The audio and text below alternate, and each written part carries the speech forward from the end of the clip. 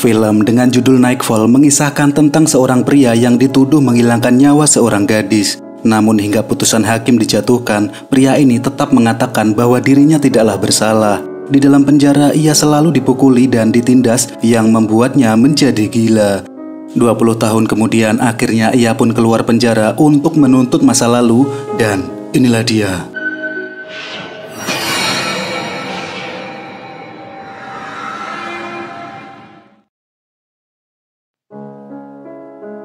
Di awal film terlihat tahanan bernama Yin Wang yang dikeroyok oleh tahanan lainnya di kamar mandi. Di luar dugaan, Yin Wang berhasil membuat semuanya terkapar, dan sejak saat itu tak ada satupun orang yang berani mengganggunya di balik gelapnya penjara.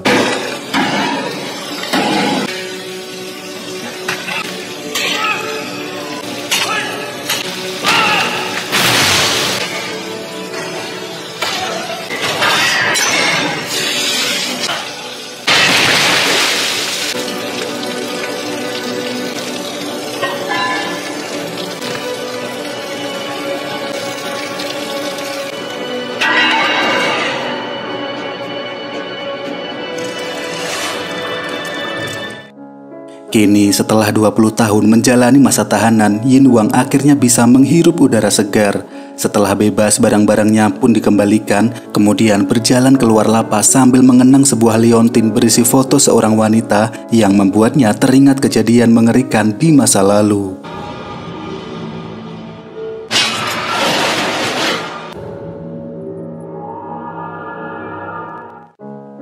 Senja telah datang, Yin Wang berjalan menyusuri kota sambil mengamati wanita-wanita yang sedang berjalan dengan tatapan yang mengerikan.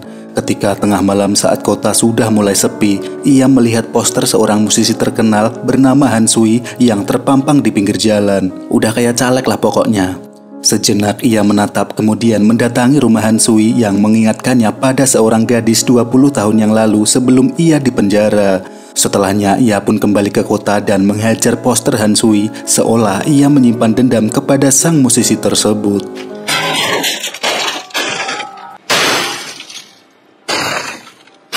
Waktu berselang, Yin Wang akhirnya mendapat pekerjaan sebagai seorang teknisi di sebuah toko musik. Saat bekerja, ia mendengar alunan nada indah yang dimainkan seorang gadis di sana. Melihat wajah si gadis yang sendu nan jelita, Yin Wang pun menangis seakan begitu mengaguminya. Tak lama telepon pun berbunyi, kemudian gadis bernama Zoe itu bergegas untuk pergi. Di sana ia dijemput oleh si ayah yang tak lain tak bukan adalah Han Sui, si musisi terkenal, dan tentu hal itu mengagetkan Yin Wang. Faktanya Han Sui adalah sosok ayah yang overprotective. Ia selalu memarahi Zoe walaupun hanya telat beberapa menit saja. Di sana teman kuliahnya bernama Weili menyapa Zoe yang seketika membuat Han Sui merasa cemburu. Mereka pun akhirnya pulang dan tanpa sadar dibuntuti oleh Yin Wang. Tak terasa gelapnya malam telah datang. Zoe diinterogasi sementara si ibu yaitu Jenny sedang berdoa di balik kamar. Han Sui bertanya ada hubungan apa kamu dengan Weili, bocah yang menyapamu tadi. Dengan rasa marah, Zoe pun dipukuli sedangkan Jenny tak berani mengganggu seolah hal itu memang biasa terjadi. Di sini terlihat ada cinta dan nafsu lain dalam diri Han Sui yang menganggap Zoe adalah miliknya selamanya. Kemudian Zoe yang tak mau terus dipukuli terpaksa berjanji kalau ia tak akan berteman dengan laki-laki lagi sambil menahan tangis di ujung matanya. Esok harinya Yin Wang menyewa sebuah rumah kecil di mana lokasinya dekat dengan rumah Zoe. Ia pun mengendap dan melihat Zoe yang akan pergi kuliah. Lalu Weili datang untuk berangkat bersama dan Yin Wang hanya mengamatinya dari balik rimbun dedaunan. Malam harinya saat berlatih piano di rumah, Zoe mendapat panggilan telepon dari seseorang. Han Sui pun memarahinya karena Zoe memberikan nomor telepon kepada orang lain. Padahal telepon itu hanya boleh digunakan untuk berkomunikasi dengan ayah dan ibunya saja. Ia pun menjadi gelap mata dan memukuli Zoe, namun ternyata hal itu dilihat oleh Yin Wang yang mengawasi dengan teropong di balik jendela rumahnya.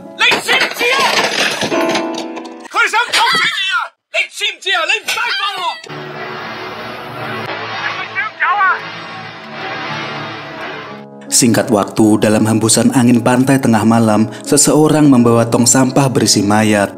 di mana mayat itu ia pukul mukanya dengan batu agar tak bisa dikenali, kemudian menenggelamkannya ke dasar laut.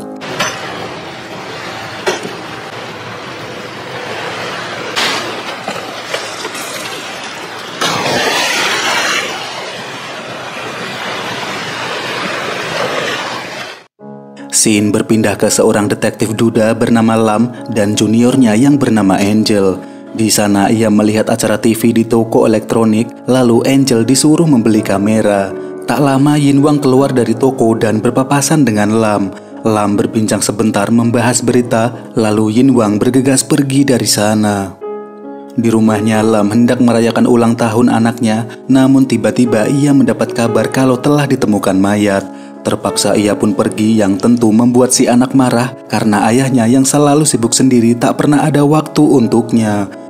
Lam dan polisi yang mendapat laporan temuan mayat dari seorang mancing mania akhirnya menyisir TKP dan menemukan bahwa mayat itu laki-laki, kulit penuh luka bakar, sidik jari hilang, seolah pembunuh tak ingin mayat itu dikenali, bahkan wajahnya telah hancur terkena pukulan benda tumpul, dan menemukan sebuah mikrofon di mulut korban. Melihat dari banyaknya luka, Lam menyimpulkan kalau kasus ini adalah pembunuhan bermotif dendam, dan di tempat lain ternyata Yin Wang yang menonton berita TV kalau polisi telah menemukan mayat tersebut.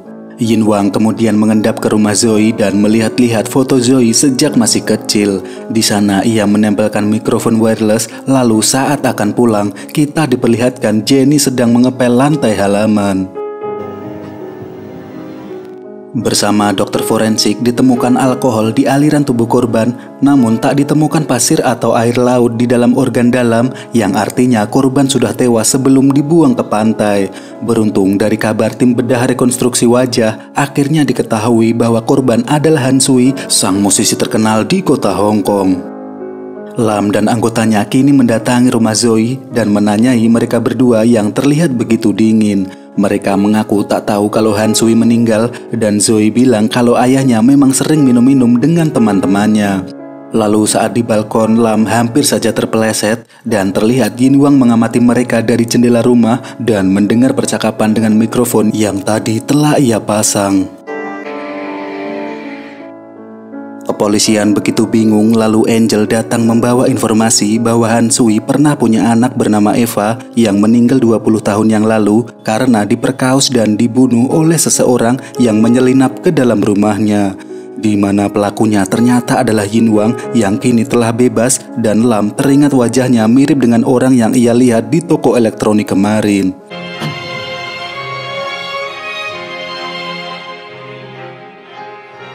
Esok harinya Zoe mendapat telepon dari seseorang tak dikenal, namun orang itu tak berbicara apapun dan hanya au-au seperti orang keselak yang membuat Zoe sedikit takut.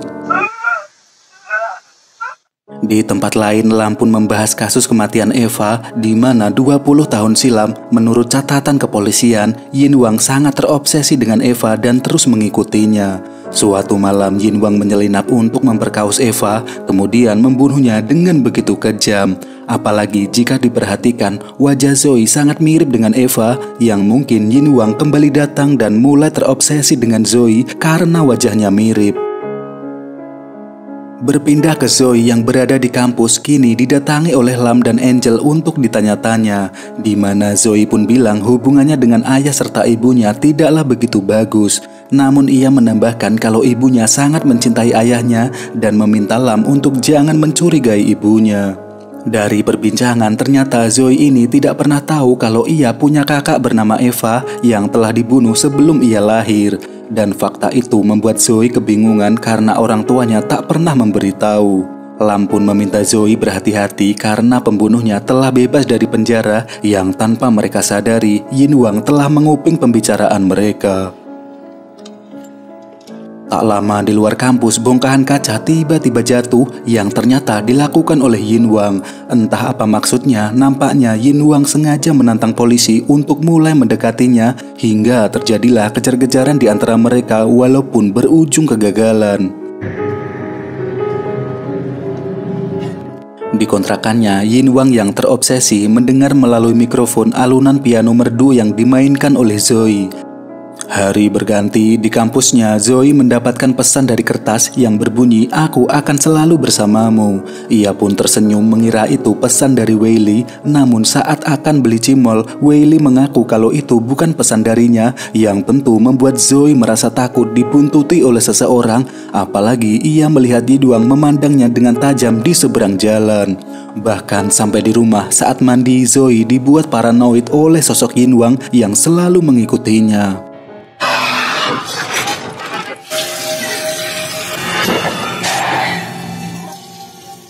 Di tempat lain, Yinwang justru mendatangi detektif Lam yang bertanya apakah ia benar-benar membunuh Eva 20 tahun yang lalu. Yinwang hanya menggeleng karena ternyata ia bisu, dan Yinwang pun menulis di kertas yang berkata, "Aku tidak ingin membahasnya lagi." Lam bertanya lagi, "Apa kau tahu ayahnya Eva sudah mati?" Dan Yinwang kembali menggeleng. Ia juga bilang di tanggal kematian Han Sui, Yinwang hanya berjalan-jalan menyusuri kota. Karena tak ada bukti membunuh Han Sui, Lam pun kini terpaksa membiarkan Yinwang pergi, namun akan terus mengawasi. Setelahnya mereka mendatangi rumah Zoe dan melihat Jenny yang membersihkan lantai. Jenny mengaku ia bersih-bersih karena tak punya kegiatan mengisi waktu luang, jadi tak perlu membayar pembantu. Di sana Lam pun bertanya mengapa ia tak memberitahu Zoe tentang Eva, dan Jenny pun marah kenapa Lam malah mengaitkan kematian suaminya dengan kematian Eva yang sudah menjadi masa lalu. Akhirnya Jenny pun jujur kalau ia mandul tak punya anak, dan faktanya Eva serta Zoe adalah anak yang diadopsi suaminya. Setelah Lam pulang, Yinwang terus mendengarkan Zoe bermain piano, di mana terlihat ia begitu menikmatinya, seolah Zoe ada di sampingnya, padahal itu hanyalah sebuah khayalannya semata. Di kafe, Lam dan Angel melihat daftar nilai Yinwang semasa SMA dan diketahui Yinwang adalah murid yang paling pintar di sekolah. Menurut info dari para guru, Yinwang adalah seorang pendiam dan berbakat dalam musik serta pernah menjadi juara catur tingkat Asia. Hal tersebut menandakan kalau ia adalah orang yang sangat teliti dan berhati-hati. Lam masih mencurigai Yinwang, namun ia heran kenapa orang sepintar Yinwang begitu ceroboh sampai memperkaus dan membunuh Eva. Entahlah, hanya sutradara yang tahu.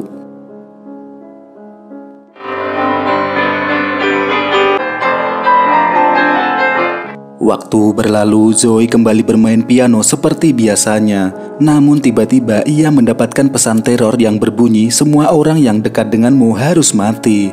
Lalu dengan rasa takut ia pun menghubungi detektif Lam, kemudian rumah Zoe pun mendapatkan penjagaan. Di sisi lain, komandan terus mendesak untuk segera menangkap Yinwang karena hanya dia terduga satu-satunya. Mereka kemudian menggali informasi sipir penjara yang bilang kalau si Yinwang tak pernah mengaku membunuh Eva. Dulu ia sempat mengajukan banding namun ditolak. Di dalam penjara, Yinwang yang akhirnya gangguan jiwa pernah mencoba bunuh diri menggunakan sebatang pensil, namun ia tidak mati dan malah membuat otot lidahnya tak berfungsi dan berakhir menjadi bisu. Dari cerita sipir, tahun demi tahun berlalu, Yinwang tak pernah bergaul dengan siapapun dan hanya menyendiri di dalam selnya. Sejak pertama ia masuk penjara, ia selalu diganggu napi lainnya, ditindas dan dianiaya. Namun suatu hari ia dikeroyok 4 orang di kamar mandi dan menghajar mereka semua. Semua napi itu sekarat hampir mati dibuat oleh Yinwang, dan sejak pertarungan itu tak ada satupun orang yang berani menindasnya. Selanjutnya mereka menemui teman SMA Yinwang yang seorang fotografer, dan ia pun memberi fakta kalau Yinwang dan Eva adalah sepasang kekasih yang saling mencintai. Lam sempat mengelak karena dari laporan berkas milik kepolisian, Yinwang dan Eva tidaklah saling mengenal. Namun setelah ditunjukkan foto saat-saat kebersamaan mereka, Lam pun akhirnya percaya kalau mereka memang sepasang kekasih. Karena fakta yang berbeda, Lam mendatangi pensiunan polisi yang memproses kasus Eva 20 tahun yang lalu. Ia mengaku kalau menangkap Yinwang di TKP, dan dari rekaman CCTV halaman rumah memang terbukti Yinwang menyelinap ke rumah Eva dan saksi matanya adalah Han Sui, ayah dari Eva. Kini akhirnya Lam ingat kalau saat itu ia baru masuk kepolisian dan pernah melihat Yinwang muda yang dianiaya di kantor polisi. Namun karena saat itu Lam masih baru, ia hanya bisa diam saja di balik pintu. 志阳。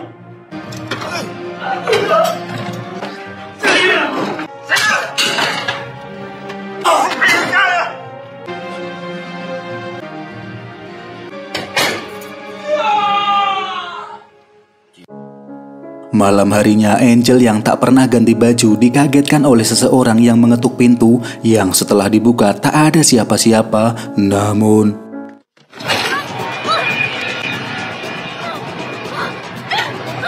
ya, Yin Wang membuatnya pingsan lalu ia mengambil ponsel Angel untuk menghubungi Lam. Entah apa maksudnya, namun sepertinya ia sengaja menantang para polisi. Setelah sadar, Angel dan Lam justru terkejut karena orang itu sengaja meninggalkan mikrofon di genggaman Angel, dan itu adalah mikrofon yang sama ditemukan di mulut Han Sui yang membuat polisi semakin yakin kalau Yin Wang lah pembunuh Han Sui. Esok harinya, Lam mengajak Yin Wang berbincang-bincang untuk menggali bukti lebih mendalam. Tanpa disadari oleh Yin Wang, polisi sudah siap menangkapnya dari ujung gondola karena komandan yakin kalau Yin Wang yang membunuh Han Sui dengan motif balas dendam. Di dalam gondola, Lam percaya kalau Yin Wang tidak membunuh Eva karena mereka saling cinta, dan berasumsi kalau Yin Wang membenci Han Sui yang memfitnahnya dan Yin Wang membunuh Han Sui setelah keluar dari penjara. Jika benar Yin Wang membunuh Han Sui walaupun bermotif dendam, tetap saja Yin Wang harus mendapatkan hukuman. Namun ia diperingatkan kalau Zoe bukanlah Eva dan jangan lagi mencoba mendekati Zoe, dan tiba-tiba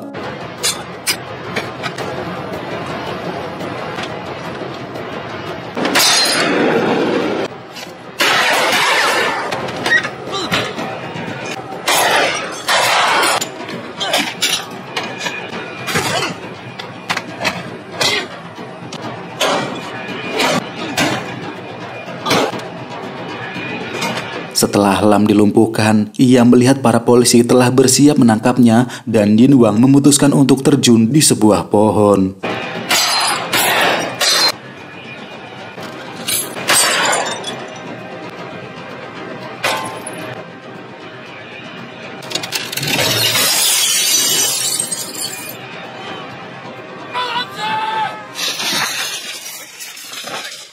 Ia pun berhasil melarikan diri dan polisi tak berhasil menangkapnya, yang tentu membuat komandan marah besar karena anak buahnya tidak becus menangkap Yin Wang.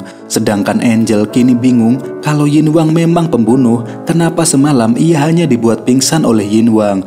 Tak lama Intel mengabari kalau telah menemukan persembunyian Yin Wang yang ternyata dekat dengan rumah Zoe. Di sana ia melihat sangat banyak foto-foto Zoe yang membuktikan kalau Yin Wang sudah gila, terobsesi dengan Zoe karena wajahnya yang mirip dengan Eva, pacarnya 20 tahun yang lalu. Tak hanya itu, polisi juga menemukan penyadap mikrofon dan sebuah teleskop yang mengarah ke balkon rumah Zoe. Di sisi lain, Yin Wang kini telah menyelinap ke kamar Zoe dan mulai menyentuh rambutnya, membelai tangan dan mengecup pipi Zoe yang tanpa noda. Namun tak lama ia pun kembali depresi dan menangis terduduk di pinggir kasur.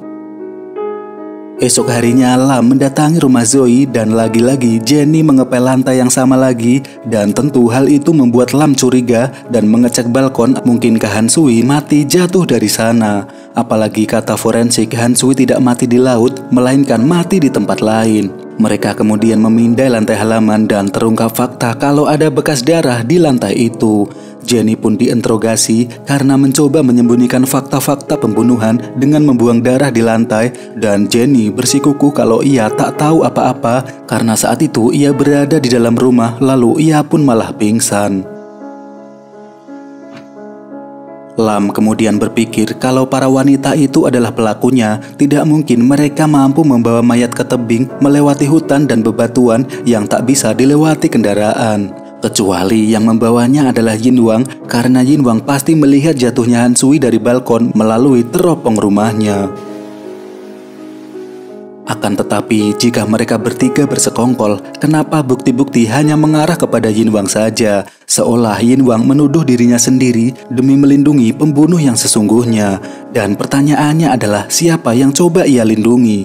Apakah Jenny atau justru Zoe?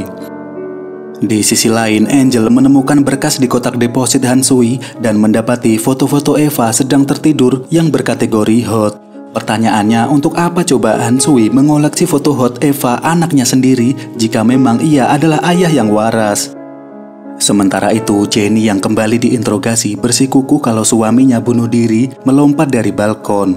Ia mengatakan kalau di dalam rumahnya tak ada yang berani menantang suaminya. Han Sui sangat mencintai Eva. Awalnya Jenny mengira kalau itu bentuk kasih sayang, namun semakin hari cinta itu seperti berubah menjadi cinta yang lain. Jenny pun bercerita kalau 20 tahun yang lalu Eva mempunyai pacar. Han Sui tahu dan ia pun marah besar. Kemudian Eva dikurung di rumah dan dilarang pergi kemana saja.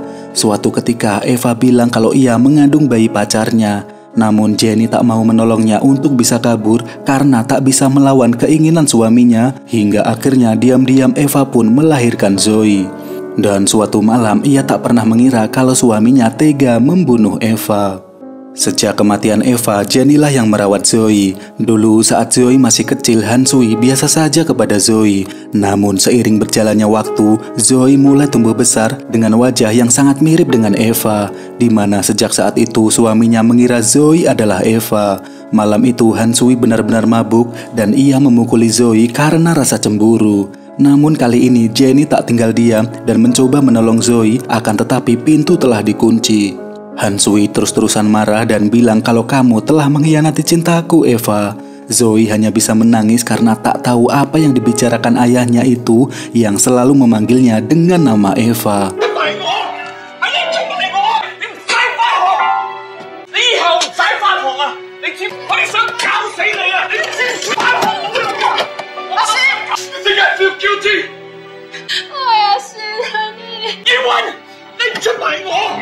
Setelah Jenny berhasil masuk, ia melihat suaminya telah jatuh dari balkon. Kami tidak berani melihat ke bawah dan tahu-tahu Han Sui tidak ada di bawah sana dan hanya meninggalkan sisa-sisa darah. Lam lalu bertanya apakah Zoe yang mendorong ayahnya jatuh, namun dibantah oleh Jenny yang bersikukuh kalau suaminya jatuh sendiri. Akan tetapi di lain sisi, Zoe sendiri mengakui kepada Weili kalau dia yang mendorong jatuh ayahnya itu.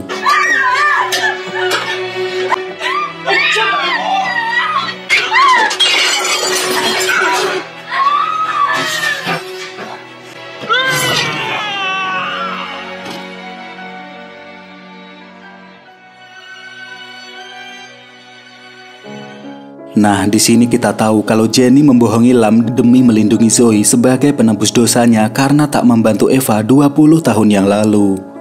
Di sisi lain, Zoe tiba-tiba saja diculik oleh Yin Wang dan kepolisian pun segera mencarinya. Dari rekaman CCTV, mereka berhasil menemukan lokasinya, sementara Yin Wang kini melumpuhkan para penjaga di sebuah gedung. Mereka pun diikat untuk mengambil pistolnya, lalu memberikan liontin Eva kepada Zoe yang kini sudah pingsan. Tak lama kepolisian telah datang dan menemukan penjaga telah pingsan terborgol. Tiba-tiba saja Yin Wang melepaskan tembakan dan terjadi kejar-kejaran di atas gedung perkantoran.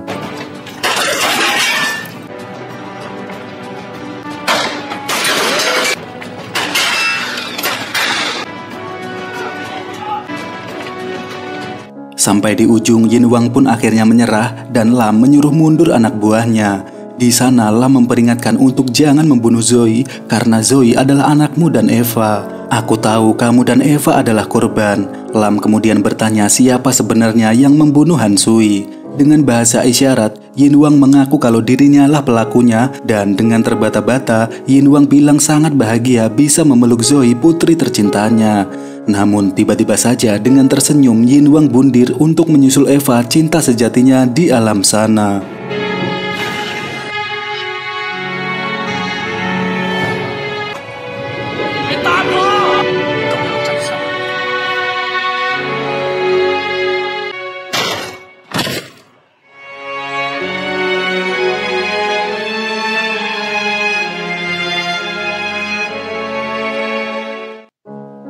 Kini Zoe pun berhasil ditemukan tanpa ada luka sedikit pun, sementara Yin Wang telah tewas membawa tuduhan tersangka yang melekat pada dirinya. Sesaat kemudian Lam sadar kalau ia mendapatkan SMS dari Yin Wang yang mengatakan, "Detektif Lam, Eva dan aku telah bersama sejak SMA. Ketika berusia 19 tahun, Eva mengandung anakku. Mengetahui hal tersebut, ayahnya pun marah dan menguncinya di dalam rumah. Sampai akhirnya dia melahirkan secara diam-diam. Aku hanya bisa menyusup di malam hari untuk melihat Eva dan putri kecilku melalui jendela. Suatu malam, aku ingin mengajak mereka untuk kabur karena aku sudah mempunyai usaha toko kecil-kecilan. Namun tak lama Han Sui yang cemburu memergoki percakapan kami berdua. Ia begitu marah karena merasa Eva telah mengkhianati cintanya yang membuatnya menjadi gelap mata. Dengan rasa cinta yang bertepuk sebelah tangan, Han Sui pun membekapnya hingga Eva meregang nyawa. Han Sui kemudian dengan sengaja merobek baju dan menyayati tubuh Eva lalu menelpon polisi. Ia kemudian dengan sengaja membuka jendela agar saat Yin Wang masuk, Yin Wang menjadi tertuduh sebagai pelakunya. Tak lama aku pun tiba untuk menjemput Eva dan anakku. Rupanya pintu telah terbuka tak seperti biasanya yang membuatku bertanya-tanya. Aku berlari mencari Eva, namun tak kusangka ia telah meninggal dengan darah di sekujur tubuhnya.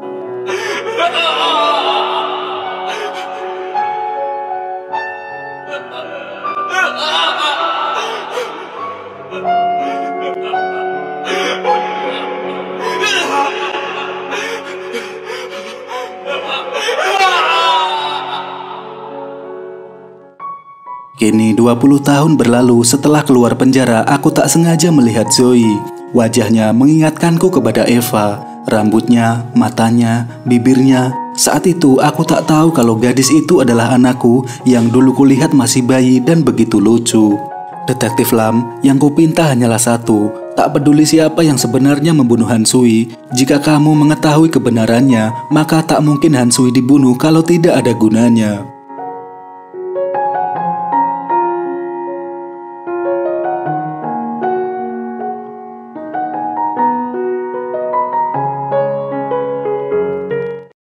Kini fakta pun terungkap, ternyata di malam itu Zoe membalas pukulan Han Sui hingga membuatnya jatuh dari balkon. Saat itu Han Sui telah tewas dan Zoe serta Jenny memang tak berani menengok ke bawah. Beberapa menit kemudian Jenny pun melihat ke bawah, namun ia tak menemukan tubuh Han Sui karena dibawa pergi oleh Yin Wang.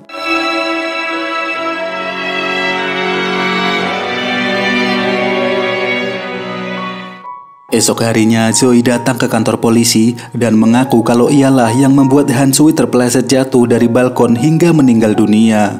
Ia meminta polisi untuk menahannya, namun Lam menolaknya. Zoe bilang ia tak mau kesalahannya dilimpahkan ke orang lain, di mana ternyata saat tidur ia pernah memergoki Yin Wang masuk ke rumahnya. Namun orang itu tak menyakitinya, justru begitu lembut kepadanya saat Zoe pura-pura tertidur. Zoe sempat bertanya siapa ibu kandungku, siapa ayah kandungku. Namun Yin Wang berlalu pergi tanpa berkata apapun. Zoe begitu penasaran siapa orang yang melindunginya dari jeratan hukum dan rela mengaku sebagai pembunuh Han Sui itu.